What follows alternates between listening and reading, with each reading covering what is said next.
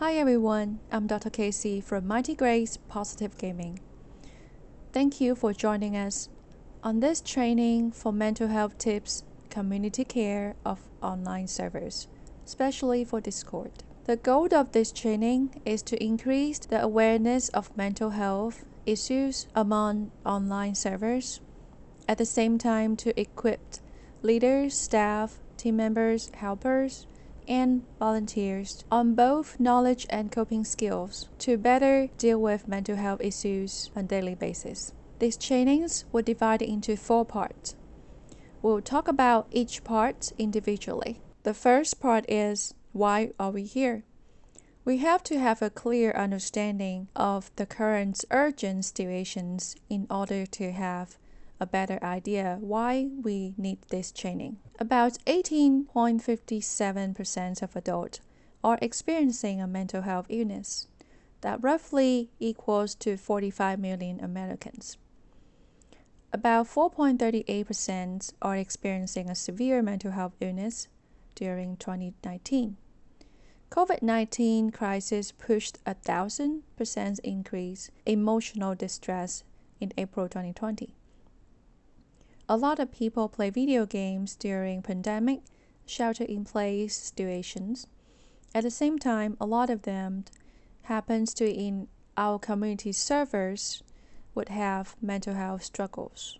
That's why we are here. That caused 2 major issues. The first is too many needs. A lot of people tend to ask for help and seek attentions with their mental health needs in an online setting.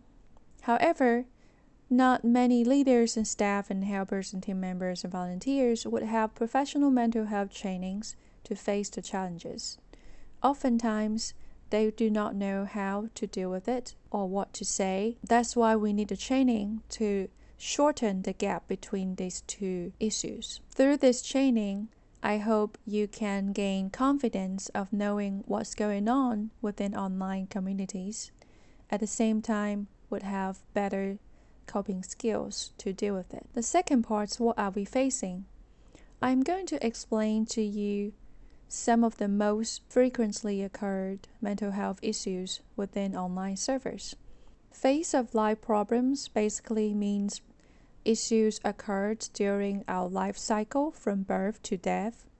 For example, being born, going to school, attending college, getting married, having babies, entering empty nets, and even facing death. Addiction problems usually cover alcohol, drug, video games, gambling, social media, technology, and even sexual issues like pornography. Relationship problems usually occurred between parent, children, no matter how old they are, employer-employee relationship, students, teachers, relationship, sibling relationship, and dating, intimate partner, and marital situations. Abuse usually happens within relationships. However, it also happens in stranger situations like online dating or even within family members. Depression and anxieties are 2 of the most frequent occurred in online settings. However, not everyone is qualified for clinical depression or clinical anxiety. In order to be qualified clinically, they have to be severe enough to interfere their life functions. For example, school life, work life, relationship life. At the same time, for depressions, usually people experience loss of interest, loss of appetite, crying a lot, or even going to extreme having suicidal thoughts or behaviors. Anxiety can display in many areas. For example, having panic attack or having overwhelming anxiety on certain situations like taking a test, doing public speaking, snake, spider, or social gathering.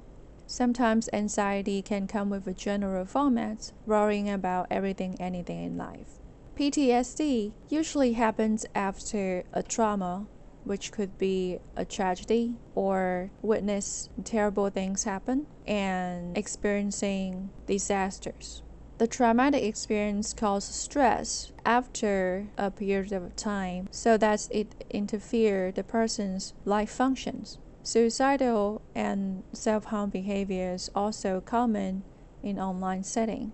After briefly knowing what they are and what they mean, I want you to reflect 3 questions. The first question is, what kind of mental health situations frequently occurred in your community server? The second question is, what kind of mental health issues that you have dealt with before? The third question is, what kind of situations that you do not feel comfortable with? I want you to reflect those questions and answers honestly with yourself. They are very important to build your personal boundaries and limits, so make sure to answer them with honesty. Now I'm going to introduce to you 4 different populations, very unique in online setting. First one is the spoiled. This kind of people usually do not understand value of life, and they probably get spoiled by their parents and grandparents or caretakers. The second population is complainer. They usually do not take responsibilities for themselves, but always blame others or the world for the bad things happen. The third kind of people are the impatient. They usually require the instant response over anything, everything, and would not take any time or patience for the process or for the answers. The fourth type is called a quitter. They usually choose leaving the group, leaving the conversations, or even leaving the community server as their go-to resolutions when they find things not going their way. And again, I want you to reflect whether you have encountered any of this kind of people in your server recently. If yes, please write them down. The third part we're going to talk about is who are you? We're going to investigate your roles, positions in the online setting. The first one, are we God? Of course not. We are not. We are just a human being with limited knowledge, limited wisdom, and limited abilities. Are we parents? Maybe some of you are parents in real life. However, none of us will be the parents to the people we're helping with in online setting. Are you a teacher? Maybe. You may be a teacher in real life, or you may be a teacher who shares knowledge information in an online setting. But are you a counselor? No, you are not, unless you're professionally trained. It's not fair for others to expect you to deliver the service as a counselor when you are not qualified for.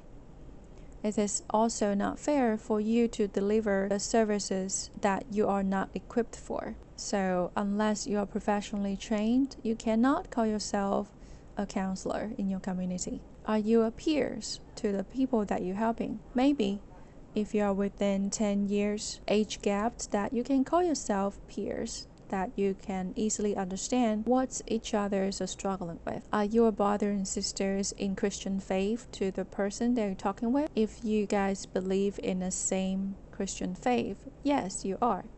But however, how you talk with the person would be very much different when the person is a non-believer or even a seeker. Is the person that you're helping is a co-worker? Maybe. Sometimes the person we're helping would not be a complete stranger. However, sometimes could be the one we're working with or even our authority. So think about how to approach your communications appropriately with your position and roles. That is very important. About 70% of our communications could come from nonverbal cues. However, in an online setting, we are not often be able to see each other's faces or hear each other's voices. Just by reading the text messages sometimes can lead to misunderstanding and miscommunications. That's why we need to take care of our speaking tones and truly understand what positions that we are standing at, so we can reduce any unnecessary misunderstanding and miscommunication. The fourth part is how we can serve better. I have an ABC model here for you to better understand. A stands for attitude, your belief and inner thinking process. B represents boundaries, how to protect yourself and others. C represents coping skills. how you can work more efficiently and more effectively. Let's look at attitude. First, we have to acknowledge that we are not God and we cannot save everyone. It's very important to be realistic and do not put unreal expectations on yourself. I can handle everything, although some of us are in a leadership positions that we want to handle everything. The reality is, no, we can't. Sometimes we tend to blame ourselves for everything happens, but it's a part of life that bad things happen on good people sometimes. We have to accept that not everything is our fault, and we cannot blame a person for everything that happens. Let's look at boundaries. We cannot be on call 24/7 every day, no matter how much we wanted it or how much we desire. Especially for those in authority or leadership positions, and have to understand this very much every day. We have to be able to accept our limitations in ability and time. For all of us helping out online communities, we spend a lot of time online. However, we do need to have a life off the internet. So make sure you do have a personal life and understand that who you are and your identity is not entirely connected to your internet life. Sometimes, even though you have a life off internet, but if you find yourself thinking over and over again of some situations or incidents that happen online for hours, that means you got it all over your head. You have to learn to separate yourself from your online work and responsibilities and allow yourself to relax and remove your minds of what you did online. The next boundary is about triggers. Sometimes you found yourself extremely angry, abnormally emotional, irritable, not yourself.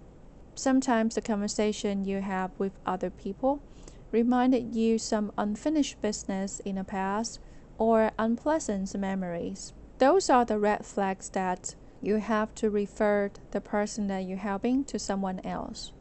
Sometimes the person that you're helping with share a lot of information to you.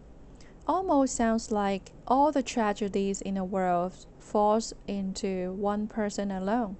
At that time, if you find yourself being uncomfortable, and that would be too much to bear, you have to acknowledge your personal limits and understand which is too much to bear for you. If it's overwhelmingly too much, you may have to refer the person to someone else. It's beyond my ability. Sometimes, even though you don't feel triggered, even though you don't find it too much to bear, but if the situation that you're dealing with is beyond your ability, it's better to refer to others, be more experienced, or to have more knowledge to know how to deal with it better. Again, I want you to reflect and answer honestly to yourself. Which kind of boundaries that you found yourself falling into, and which one of the boundaries that you want to improve at. Now let's talk about some coping skills. Active listening. When I say listening, it's not hearing. It requires full attention and full focus. I know a lot of us has a habit of multitasking, but when you want to care for a person in your community, it's better to not multitasking. Make sure you pay full attention and full focus to understand what they're saying and their feelings and thoughts. At the same time, ask questions, especially open-ended questions, would be very important. That allows you to understand the person's perspective better and be able to build trusting relationship at the same time. For a lot of us coming from a Christian background, having a Christian service, making sure that it's okay to quote Bible verses, but be careful and mix them with some reflections, explanations, and understandings of each other's feelings, thoughts, and emotions at the same time. Sometimes we have to choose when and where to share our tough love to the person that we're helping.